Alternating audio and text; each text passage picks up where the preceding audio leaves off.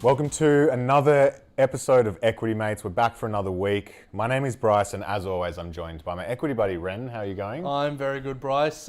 Great to be back for another Monday, for another week, and we're bringing back, I think, what is fast becoming our favourite format, Yes. which is our long-form interview spread across the week. Yes, we often can't get enough into our 15 minutes, so we love to bring on the guests, put them in the hot seat, and speak to them over a full week, get a nice 4 days of content out of them. We don't make them come back every day, though. We do pre-record. Yes. And today we're very excited to be joined by another expert. So it is our absolute pleasure to welcome David Keir to Equity Mates for the first time. David, welcome. Yes, good morning, everybody from Edinburgh, and good afternoon to you all in Australia. Yes, you are a long way away from us over on the other side of the world at the moment, but we are stoked to have you here at Equity Mates. And for those of you who haven't come across David before, he is an investment analyst at Dundas Global Investors and manages the Apostle Dundas Global Equity Fund for investors here in Australia and New Zealand. So we're going to spend the next week chatting with David about all things investing, sustainable dividend investing and his approach there, as well as Watchlist Wednesday and what's to come in markets from now and through into next year. So a lot to cover. But David, let's start with Dundas and your Apostle Dundas Global Investor Fund, Equity Fund, sorry. Are you able to just briefly give us an overview of what you do and what the fund is all about? Sure, absolutely. So, well, let's just tell you who actually Dundas are, because I'm sure many of you aren't aware of Dundas. We're a independent investment boutique based in Edinburgh in Scotland, and we've got about $2 billion of assets under management.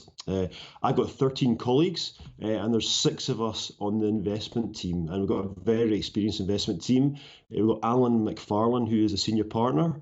Got Russell Hogan, the managing partner, and they've got over 75 years of experience between them, so lots of grey hairs there. And I'm actually the most recent recruit to the investment team, so I joined Dundas Global Investors at the beginning of January 2021, and I've been in the industry over 20 years. And when I was preparing for this, I was reflecting on actually what I've seen in my investment career, and it's remarkable thinking about, when I joined the industry, it was sort of TMT bubble was bursting, and then you've had the great financial crisis, and now we've just had to endure and are still enduring the COVID pandemic and the implication that has for markets. So been a fascinating 21 years. So back to Dundas, enough about me. At Dundas, we specialise in global equities, so it's all about investing in companies that sell more products every year. They lead their markets, tend to be very good at R&D, research and development, so really good at new product innovation, and obviously very important these days with good corporate citizens,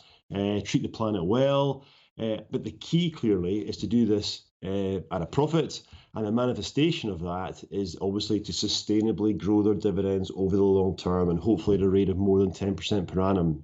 So at Dundas, we try and keep things simple, and everything is driven from our belief that dividend growth is the largest component of long-term equity returns. So that's a dividend growth plus the yield makes it over 80% of long-term equity returns. So we have one very simple strategy at this, you referenced the Apostle Dundas Global Equity Fund, and it's all about buying businesses that can sustainably grow the dividends over the long term. So we target between 60 and 75 names, and we've currently got about 71 names in the fund today. Wow, it's a fascinating strategy, and I'm glad we've got you all week, because tomorrow we're really going to focus on that equity investing with sustainable dividends idea. I think we've had so many fund managers on the show that have been focused on capital growth, and we've probably neglected talking about dividends. So excited to do that. But today we'd love to just understand your process as a team at Dundas. I'm sure I'm going to get that wrong today and in future episodes, so I'm going to apologise in advance. But if we start at the very beginning, with your research process, with your screening, and how you're actually finding companies and narrowing it down to that 71 that you mentioned, can you take us through your process? Where do you start, and what are you doing to sort of weed out the companies that may not be able to sustainably grow their dividends for years to come? Yeah, no, absolutely, it's a good question, and actually, you mentioned the word screen, and it's one thing that we don't do at Dundas. We do something called sifting, and that's absolutely key to the whole process. So what do we mean by sifting? And that's actually the six colleagues I referenced, so that's actually working together as a team, going through our global universe on an industry by industry basis. And we just actually completed a sift on the auto sector, which we'll come and talk about, because that's been fascinating. But really, the six of us are a team of generalists, and we talk about ourselves as hunting a pack, so sifting these industries to try and find these investments that will fit our criteria of sustained dividend growth. So the big difference, obviously, with screening, you have a sort of predefined criteria, and that influences both the process and the result. Whereas sifting, you're going with an open mind and you're looking at all the companies within that industry. And obviously, it's all about learning. So it's actually, you're learning from all these companies you're looking at, and obviously, you don't just learn from looking at the best companies, you learn from looking at all the companies within that industry. So we're doing an industry by industry basis. When we start our sift, we start at high level. We'll see how many companies are in this industry. And for example, in the auto sift, there's 580 companies that we started at, and we'll start by simply sifting out the weaker companies. So those with poor financials, excess debt, and actually companies whose prospects don't look convincing to us, and ones that we're not going to own. But then what we do is, having sifted out that 580, we'll come down to a number, tends to be between 30 and 40 for each industry, where we'll look at in much, much greater detail. And we'll do in-depth analysis of each companies and try and find these companies that are capable of sustainable dividend growth. And then we will then build a portfolio full of companies that can deliver this dividend growth. So if we think about the auto sector, so as I said, that's the most recent sift, and it is a really interesting time to looking at the auto sector because of everything that's going on within the sector. And you're thinking about their increased electrification of content of cars, and whether that be sort of climate control, infotainment, even just the seats, the power seats, etc. Lots going on there. And then obviously everyone knows about the shift from combustible engines to plug-in hybrids to ultimately to battery cars. So we wanted to know much more about it. I wanted to understand where the investment opportunities are. We've just completed it. We're in the process of making a few changes, but three fascinating companies came out of that sift. One is the largest maker of electrical cable connectors, so it actually provides the connecting piece. The most interesting one is actually, it's a luxury car brake component supplier. Now, what I didn't know, I'm sure you chaps did, but when you drive an electric car, you very rarely touch the brakes. It's all about regenerative braking, so you very rarely touch the brakes. But actually, when you do need the brakes, they need to work. So actually, most electric cars will have a higher spec of brake than a traditional combustible engine car. So we've found a company that it provides very high-end brake components that'll do very well from here. And also, when we look across the sift, we found a high-end suspension provider, and that's to top-end bikes and off-road cars. So lots of interesting names that we found in our sift, and we'll be getting those into the portfolio in the coming weeks and months. So that's kind of a starting point for the sifting. I find that fascinating, David. The idea of a sift is something that I don't think we've come across before, and I'm just trying to imagine it would be a pretty enjoyable intellectual exercise. I imagine being like, we're a team of six and we're going to attack a whole industry as a team.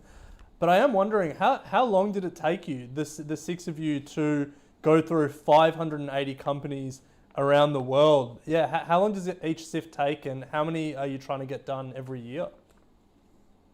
Yeah, so the way it works is, obviously we are long-term investors. So this would be pointless if we were, buying companies to make 10%, and because the shares are slightly depressed. This is not what we do. It's all about fundamental long-term investing. So what we tend to do is that a couple of us will spend time looking at these names and start the sift, and it'll take a few weeks to get those names down. So so the 580 will simply.